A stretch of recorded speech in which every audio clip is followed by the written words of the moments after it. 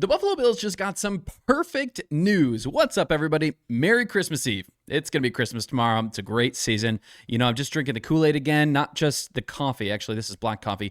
I'm drinking the Buffalo Bills Kool-Aid because there are some stats going around on Twitter. And the stats would indicate that the Buffalo Bills have what it takes to go win the Super Bowl. Actually, that's exactly where I want to start. But today, I also want to break down a couple signings that we had on this team. We added a lineman and we added a cornerback to our practice squad. Those are interesting signings. But also, again, just some of the stats behind our rushing defense. Some of the things that I think you, Bills Mafia, are really concerned about going into this later part of the season. We got a big matchup here against the Eagles coming up in a couple days. I think we can win that game. I think that we can shut down Saquon Barkley. But the thing that I want to start talking about is this right here. Check this out on the screen. Over the past 9 seasons, the Super Bowl winner has had a top 11 offense and a top 13 defense. And here's the kicker. Every single team that has made it to the Super Bowl has had a top 11 offense overall. There's no exceptions to that. There's no outliers. That is absolutely the bar. But here, when you look at the league today in 2025, there's only 5 teams that meet that gold standard. The Rams, the Patriots, who we've beaten, the Jaguars, who are having a great late season push, but the Bears are another team who are having a good season under Ben Johnson, but also, lastly, you guessed it, our Buffalo Bills. That's not vibes. That's not narrative. That's not blind optimism. That's not me literally sipping black coffee or Kool-Aid. That's me realizing again that the Buffalo Bills have what it takes. They're a playoff team. People are at Bills Mafia all over the place. They're pointing to these issues here, coaching things here, whatever it is. They're not having I'm not talking about blind optimism this morning, but the question isn't, are the Bills good? The question is, why aren't we talking more and more about this Buffalo Bills team as legitimate contenders in January and February football? Again, today I want to navigate some key stats around our rushing defense, and I hope to actually win you to more and more hope that this team can go on and win games down the stretch. Not just against the Steelers in the playoffs, not just against maybe some of those second-tier AFC contending teams, but that we can go in and we can beat any team in the AFC. We can make the Super Bowl and even win the Super Bowl. Our coaching staff and personnel are very capable. They are showing it. I've got some stats to back that up. But before we get into it today, my name is Collin.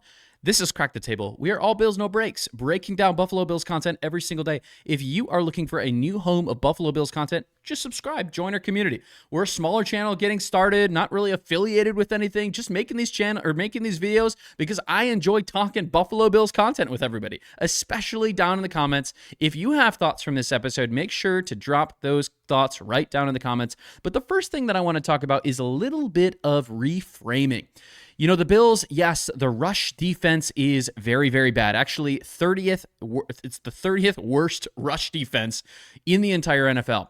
Not only that, but we're 31st in allowing yards per carry. They've given up way too many explosive plays. We'll talk about that stat in a moment. But here's the thing that actually matters in January. The Buffalo Bills have showed, in glimpses, the ability that they have to tighten up and not fade down the stretch. When the game settles, when the adjustments are made, we come out in halftime, and the offenses have to play more honest, especially if we're not playing chase ball and giving a positive game script to the opposing team who just wants to run the ball. We often can really close out games. Buffalo has shown a durability and even consistency down the stretch of the season that doesn't collapse late, but actually closes games and takes the win late, which again, the Buffalo Bills can beat any team on any given Sunday. They have every weapon and every tool that they need to do that.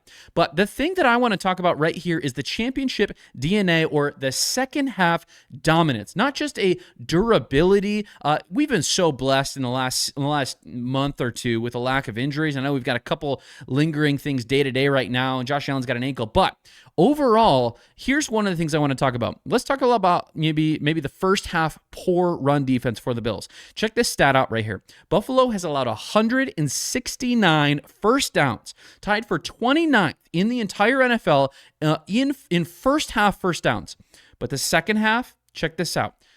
Only 111 first downs allowed, which is absolutely the best in the NFL. So in the first half, we're playing really slow defense. But in the second half, we are best in the NFL at not allowing opposing offenses to convert third downs and get those first downs. That's not random. That's coaching. That's actually communication. It's second half adjustments. It's the defense learning, adjusting, and responding in real time. We want first halves to be better, but there's an ability for our coaching staff, especially Sean McDermott. Man, I'm still high on Sean McDermott. Championship defenses do not need to be perfect early, but they need to be right late. They need to do a really good job on the second half of the game to really seal things out. But here's another stat. The yards per carry split between the first half and the second half is actually insane. Early in the first half, we have like 5.4 yards per carry allowed, but late in games, it drops to only about 3.8 yards per carry. That is a massive swing, and that's the difference between staying on schedule, that's the difference between playing behind the chains, and frankly, not forcing our offense to become a passing offense. And we know we've got some issues in the wide receiver room. We know we've got some passing woes, and we have, 3,600 passing yards total. It's more than I think a lot of Bills Mafia want to give it credit for. But we know that we're the best rushing team in the entire NFL. So if we can get ahead, we can hold offenses to fewer yards per carry in the first half. We can have a positive game script, and we can play our version of football. That is absolutely what is going to win playoff games. But not only that, Buffalo has allowed, and I think this really skews some of the stats for us. Buffalo has allowed 45 different times there's been 10 yards plus of carries, third most in the entire league. In other words, there's 45 times that the opposing offense has had explosive plays against us. But notice what happens in the second half of games. They're not just bleeding out in the fourth quarter, these explosive plays. They're frankly stacking boxes, having more base coverage on their defense, and actually cleaning things up. Not only that, if we looked back to the beginning of this year, even with some of the guys who are playing really well right now, the Poyers, the Bishops, the Benfords, some of our linebacking play even, there's a lot better tackling that is going on. And those things are going to continually move these stats more and more back into our favor. But over the last even handful of weeks, we know we had a 3-week stretch where we only allowed 76 rushing yards per game, and we had some points where we allowed more. But still, tying it back to some of these stats right here on the screen, the Buffalo Bills have a top 11 offense. They have a top 13 defense. They check the boxes that matter. They score on offense, they adjust on defense, and they finish games. Again, survive early, adjust fast, dominate late. Even when we're looking at the offense right here, we're a top 4 offense in the league in total yards. We close out games. We convert in the red zone. We convert on third down. Not only that, when you look at the offense and the defense EPA after Monday Night Football, again, with the current playoff teams, the Buffalo Bills are second in the NFL. We are the second best offense per EPA as a playoff team in the NFL. Not only that, average quarterback separation on all routes. In other words, their accuracy and the average separation. Josh Allen's way up there. He's leading the league in this stuff. He's doing a really great job. The difficult part about this is that, again, I talked about this yesterday in the episode, is that we're not putting our receivers, we're not running the offensive scheme. Joe Brady's not running the offense in such a way that necessitates us to pass the ball at a really high frequency and a really high volume. So we're not going to see those numbers. Not only that, but Kincaid's continually nursing an injury. He's our best receiver. We know that. We want to see more out of Shavers personally. But a couple other things. I want to talk about this signing right here. Richard, I don't even know how to pronounce his last name, Garaji. He was on our team previously. Continuity, again, I think really matters, especially down the stretch. This is a guy, 2023 UDFA, who came to Buffalo, spent some time with the team, but he's got proven SEC experience. He started 42 games at Florida at left tackle. Again, NFL caliber players down there in the SEC at Florida, especially playing Alabama and Georgia and some of these other programs. So he's a guy who's got some decent, track record, but he's also good friends with Osiris Torrance. We know Osiris was one of these guys down in Florida, but again, real NFL snaps, not just a camp buddy, a guy who's been around a little bit, logged regular season snaps in 2024 as a reserve lineman, showing the coaching staff can have a level of trust with him. Again, just down the stretch, this is a very low cost, but a playoff push type of move. He's got a great size and size build and for Buffalo, especially 6'5", 306 pounds. Again, he's an insurance option, especially for late season attrition around the offensive line. Insurance for in case we have injuries down the stretch. He supports again a really rushing oriented offense. Again, low risk, high utility signing, minimal cost, high familiarity, immediate usefulness if we do run into an injury. Again, signals a January mindset from Brandon Beane and Sean McDermott that this signing, a guy who's familiar with the program, familiar with the building, familiar with Buffalo, is able to come in and maybe add a little bit of value here and there if we need him. But a couple other things around the Josh Allen injury. We saw this. Joe posted this a little bit ago, that Josh Allen is day-to-day with his foot injury. Tuesdays are always walkthroughs, by the way, for practice. But he was just sore, and at this point, they believe that Allen will be able to play Sunday, though they're unsure if it will cost him any practice time this week. He might lose some practice time.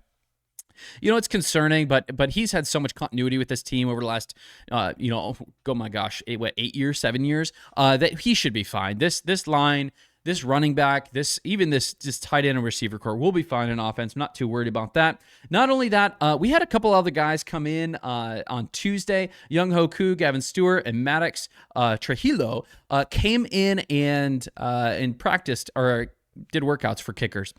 This is fine. We know Badgley missed that extra point. Some people were saying in the game, this was Badgley's first time as a Buffalo Bill and last time as a Buffalo Bill. I'm a little concerned about this, and maybe not so much for Badgley, who our kicker is in the meantime while the quad is being nursed up for Prater does matter. Prater needs to get back by the playoffs. We've got 2 games until then. Buffalo's already in the playoffs. We don't necessarily need to win. If we are, putting our full effort on there and not resting anybody and not doing any of that, it's because we're going for playoff seeding. Sean McDermott's the kind of coach who does want to play his guys as consistently as he can. But not only that, just maybe a last thing, we re-signed Devonshire as a cornerback. We talked about him previously. Not going to do a whole video again on him. Again, a great depth piece, similar to this other signing of the guy that we just signed, this tackle. A guy who comes in, brings a level of consistency, has been around the building, has been around the practice squad even a couple weeks ago, knows the system.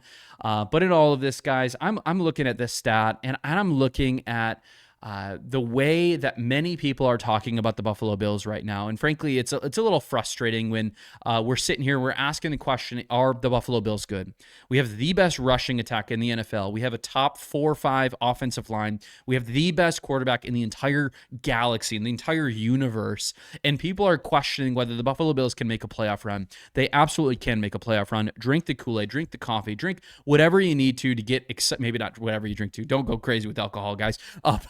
But with that being said, my name is Collin. This is Crack the Table. We're all Bills, no breaks, breaking down Buffalo Bills content every single day. If you are looking for a home of all sorts of Bills content, make sure to subscribe to this channel. Thank you so much for watching. Thank you so much for sticking around to the end. Just maybe one other thing. I just want to shout out, there's some amazing conversations happening right now down in the comments of the last couple videos. Some of you guys are so analytically driven, and I love it. I love, even just the other day, how we were able to talk about both optimistic and maybe pessimistic realities around the Buffalo Bills. Those conversations are my absolute favorite. When we can take a fair-minded, level-headed approach to all things Buffalo Bills, it enhances our fan base because we're having a better rhetoric around different parts of the team. Absolutely essential for a healthy for a healthy fan base. So I'm loving that. I'm so on top of that. But all that being said, hey, again, have a great day. God bless. Go Bills.